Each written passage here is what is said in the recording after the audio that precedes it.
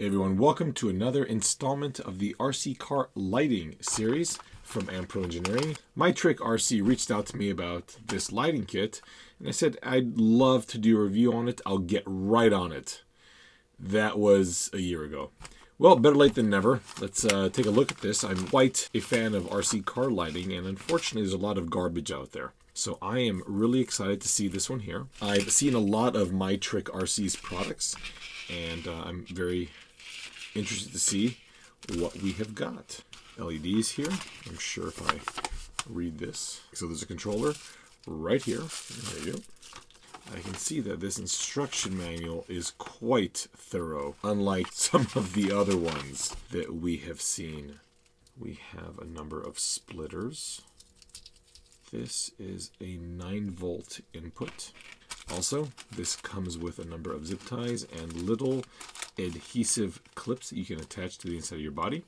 It also has these little LED retainers, so if you do drill a hole in the body, you can push these through the hole and your LED will have somewhere to sit. I'm going to read this manual a bit and see how all this works. Alright, I've wired everything up to the Stadium Blitzer. Now, I wanted to clarify a couple things. There are a couple of ways to power this unit. One of them is using this 9-volt battery.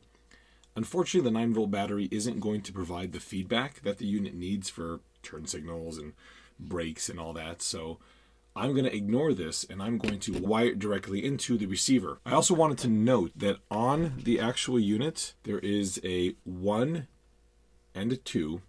I had assumed that 1 was channel 1 and 2 was channel 2. Unfortunately, if I would have read a little bit more, you'd see that 1 equals motor, 2 equals turn. So you plug 1 into the throttle location on your receiver and 2 into the steering servo. You can set this up for airplanes, and unfortunately I don't have an airplane, so I don't know how that would translate, but just note that this isn't just for RC cars. So the car is turned on, and you'll notice that nothing is happening. This is the 0 position, which is 0 mode, all off. If we press it once more, that is the all on position. This is a good way to make sure that all of your connections are actually working. Now from there, as we continue to press, the more times you press, you can see there's an off-road position. There's a small light right here. If we press it once more, this will put us into mode 2, and you'll see it flash twice. So the off-road position will give you how it's going to operate with a 9-volt battery. And here it can say, it says this connection has taillights only, no brake function light, because it simply isn't able to gather that input. However, here we see that using the Y adapter, it will in fact have tail and brake lights. It's also going to tell you that this A position, B, C, D, E, and F all have different operations, so they're all on. However, the B position is your tail lights. It just so happens that I do have these red lights plugged into B. Let me kill the lighting. So you can see that if I hit the brakes, the tail lights will illuminate. Now there's an emergency version over here. This is going to have strobe lights and such. So we'll click it once more.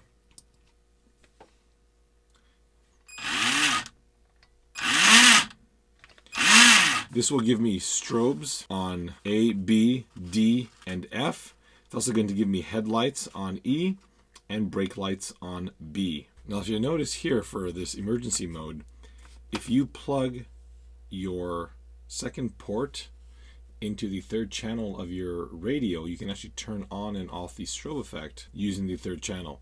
Here you would just plug it into the auxiliary channel, but the other end of the Y adapter would not be plugged into anything. All right, so then we go to mode 4. And mode 4 is quite similar. It has that same strobe effect, except you are going to have the headlights and taillights on until you hit the brakes, and then you have your brake lights. Mode 5 is a random flash. So, you know, for the club. And mode 6, this is where I wanted to get. Mode 6 is what you're going to use, usually if you have an RC car. At least one that you want to have scale. So we have, in this case, 4 taillights. So if your car has room for 4 separate taillights, you can do this. And here you have 8 additional lamps here. Now I have 4 5mm LEDs in white. I have 2 3mm LEDs in white, and I have 2 5mm LEDs in yellow. What we're looking at here is definitely headlights and auxiliary lights. So you could have 2 headlights, 2 auxiliary lights, and 4 roll bar lights. But I'm actually looking at this a little bit differently. Here I see 2 headlights, 2 auxiliary lights, like fog lights, and then side markers. Constant on side markers. This is something I've wanted with these headlight kits forever. And again, here are brake lights. Okay, but we also have reverse lights now. So that's very neat. So brake, reverse. Most importantly, we have turn signals. It doesn't end here. This is mode 6. If we hit up mode 7, now watch this. Okay, notice how the turn signal LEDs are on.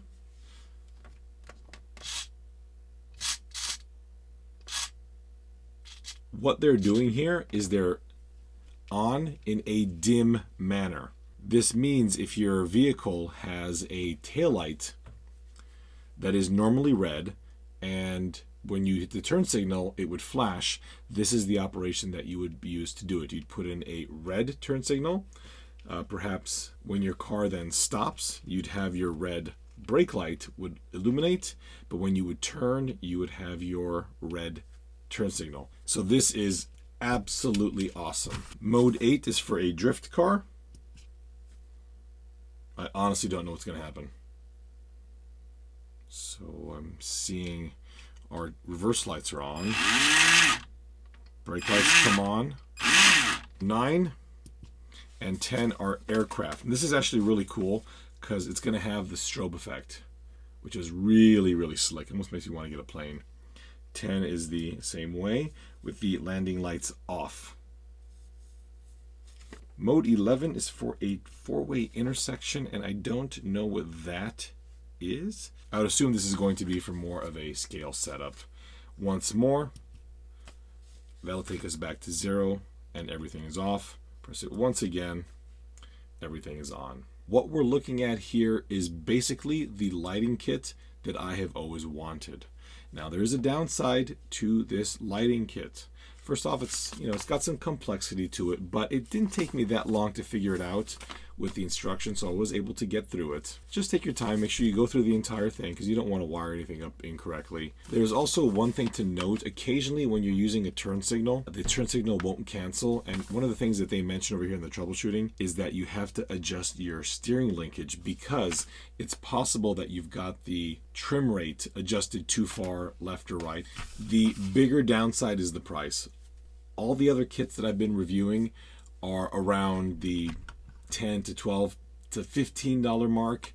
This one is considerably more expensive. I think it's around $50 to $70. But if you take into account the amount of time that it will take you to wire up additional lighting like side markers or auxiliary lights, your time is valuable. So don't discount this kit simply because of the cost, because I think what you're going to find with MyTrick RC's UF-7 lighting controller is simplicity and speed. The fact of the matter is this was really quick for me to set up, and if I wire all this in myself, I'll be here the better part of an hour and a half, 2 hours. So if anybody else knows of any of these lighting kits, I'm always excited to try them out. There's a couple of Tamiya ones that I'm interested in trying, but those are crazy expensive. I mean, they'll do all of this for double or even triple the price. So I do have to look into those as well because they are great units, but this is definitely along the lines of something that a lot more people can purchase. Well, folks, thank you all so much for watching. I've got a lot more stuff coming up, so please subscribe if you haven't already, and go ahead and comment away if you have any questions. We will see you next time.